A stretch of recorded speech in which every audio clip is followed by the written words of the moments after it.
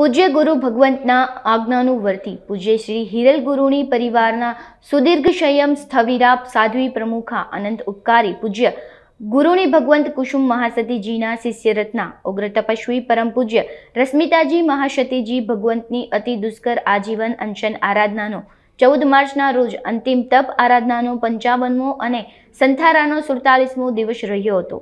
પૂજ્ય શ્રી આજીવન અનશન તપની અંતિમ આરાધના મહાદુર્લભ માનવભવને સાર્થક કર્યાના અવિરત આનંદ અને પ્રસન્ન ચિત્તે સંપૂર્ણ જાગૃતિ તથા પૂર્ણ સભાનતામાં તેમજ ઉત્તમ ભાવનામાં રહીને સુખે સમાધિએ સમતા ભાવમાં રમણતા કરતા 14 માર્ચ 2024 ગુરુવારના સંપન્ન થયો હતો, જેને લઈ શ્રી ઋષભદેવ ઉપાશ્રય ખાતેથી પાલખી યાત્રા યોજાઈ હતી। આ પાલખી યાત્રા મોટા માવા સ્મશાન ગૃહે પગપાળા યોજાઈ હતી। મારું નામ બિપિનભાઈ પટેલ છે અને ગોંડલ સંપ્રદાયના આગમ અરદર્શક બારબંતારી પૂજ્ય શ્રી રાજેશ મુનિ મહારાજ સાહેબના સુશિષ્યા પરમ પૂજ્ય શ્રી રશ્મિતાજી મહાસતીજી ઉંમર વર્ષ લગભગ 73-74 વર્ષની ઉંમર અને એમણે લગભગ 15 વર્ષનો તો સંયમ પર્યાય દીક્ષા પર્યાય એમનો 15 વર્ષનો હતો અને 55 દિવસ થયા સંથારો ચાલુ હતો।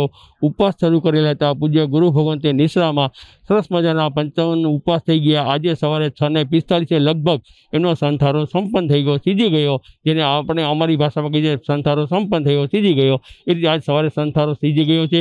પૂજ્ય ગુરુ ભગવાન પૂજ્ય મહાસતી ભગવંતે ઘણી બધી વયાવત કરી અને એટલા 55 દિવસના સંયમ ઉપવાસના દિવસોમાં પણ ક્યારેય ઉહુકારો પણ નથી કર્યો અને સરસ મજાની શાંતિપૂર્વક સમાધિપૂર્વક ભગવાનનું નામ લેતા લેતા પૂજ્ય મહાસતી ભગવંત પૂજ્ય ગુરુ ભગવંતની વંદના કરતા કરતા અને ખામે મિચ્છામી વંદામી બોલતા બોલતા જૈનમ જયતી શાસનમનું નામ રોશન કર્યું, ગોંડલ સંપ્રદાયનું નામ રોશન કર્યું, જૈન શાસનનું નામ રોશન કર્યું છે, રાજકોટનું નામ રોશન કર્યું છે, દોશી પરિવારનું નામ રોશન કર્યું છે। ધન્ય છે એ મહાસતી ભગવંતે। એમના સંસારી હસબન્ડ શ્રી ભવ્ય મુનિ મહારાજ સાહેબે પણ દીક્ષા લીધેલી અને એમનો સંથારો 59 દિવસ ચાલ્યો હતો। એમની પાછળ રહીને એમને 55 દિવસનો સંથારો લીધો અને ધન્ય છે મહાસતી ભગવંતે પોતાનું અને રાજકોટનું બધાનું નામ રોશન કરતા ગયા, પોતાનું આત્માનું કલ્યાણ પણ કરતા ગયા। ધન્ય છે મહાસતી ભગવંતે। સંથારો લેવાનું કારણ એ જ છે કે પોતાના આત્માનું કલ્યાણ થાય। આ ભવ તો મારો સુધર્યો છે સંયમ લઈને, પણ આવતા ભવ સુધરી જાય અને ભવ એક દિવસ મને મોક્ષ મળે, એ જ એમનું એક સંથારાનું કારણ હતું અને એ હિસાબે પોતાના કર્મની નિર્જરા કરવા માટે અને મોક્ષનું અંતિમ ધ્યેય માનીને સંથારો લીધેલો હતો અને એ સંથારો એમને સંપન્ન કર્યો અને સરળતાપૂર્વક કષ્ટ સહન કરતાં કરતાં ભગવાનનું નામ લેતા લેતા ગુરુ ભગવંતનું નામ રોશન કર્યું છે।